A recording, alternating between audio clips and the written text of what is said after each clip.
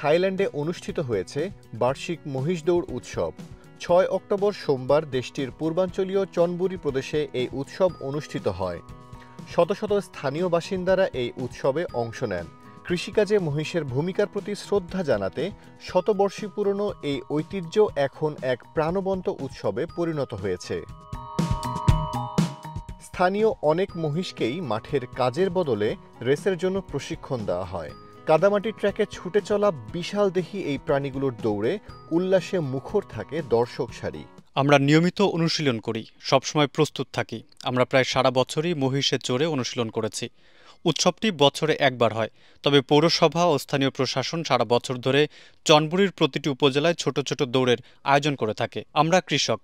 আগে মহিষগুলো জমি চাষে, কাঠ টানায় ও ঘরবাড়ি তৈরির কাজে ব্যবহার করতাম। আমাদের সঙ্গে তাদের একটা গভীর সম্পর্ক আছে।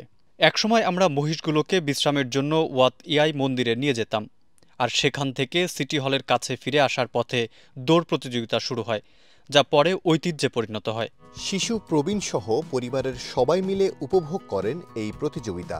দৌড়ের আগে মহিষকে ঠান্ডা রাখতে অগ্নি নির্বাপন ট্রাক থেকে মহিষের গায়ে পানি ছিটিয়ে দেন প্রশিক্ষকেরা। তবে কিছু মহিষের গরম মেজাজ অনেক সময় আয়োজকদেরও ধৈর্যের পরীক্ষা নেয়। আমরা এই ঐতিহ্যকে টিকিয়ে রাখতে চাই, কারণ এটি পৃথিবীর একমাত্র জায়গা যেখানে এমন আয়োজন হয়। যদি আমরা এটিকে চালিয়ে না যাই, তাহলে নতুন প্রজন্ম এটি আর জানবে না, আর ঐতিহ্যটি হারিয়ে যাবে। আমি কখনো দৌড় মিস করি না। চনবুরির বিভিন্ন এলাকায় এমন দৌড় নিয়মিত হয়, আর আমি প্রতি বছরই দেখতে আসি। এতে চনবুরির মহিষের দাম অনেক বেড়ে যায়। ১ লাখ থেকে শুরু করে ১০ লাখ বাদ পর্যন্ত হয়ে থাকে এক একটা মহিষের দাম। ওদের স্বপ্ন পূরণে পাশে থাকতে পেরে আমরা গর্বিত। প্রতিযোগিতার সময় মহিষের পিঠ থেকে পড়ে যাওয়া বা আঘাত পাওয়া খুবই স্বাভাবিক একটি ঘটনা।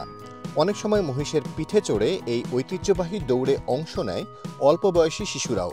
তবে ঝুঁকি থাকলেও স্থানীয়দের কাছে এটাই তাদের সংস্কৃতি এবং ঐতিহ্য। প্রতি বছরই চনবুরির এই মহিষ দৌড় উৎসব হয়ে ওঠে প্রদেশটির ক্যালেন্ডারের সবচেয়ে বড় আকর্ষণ।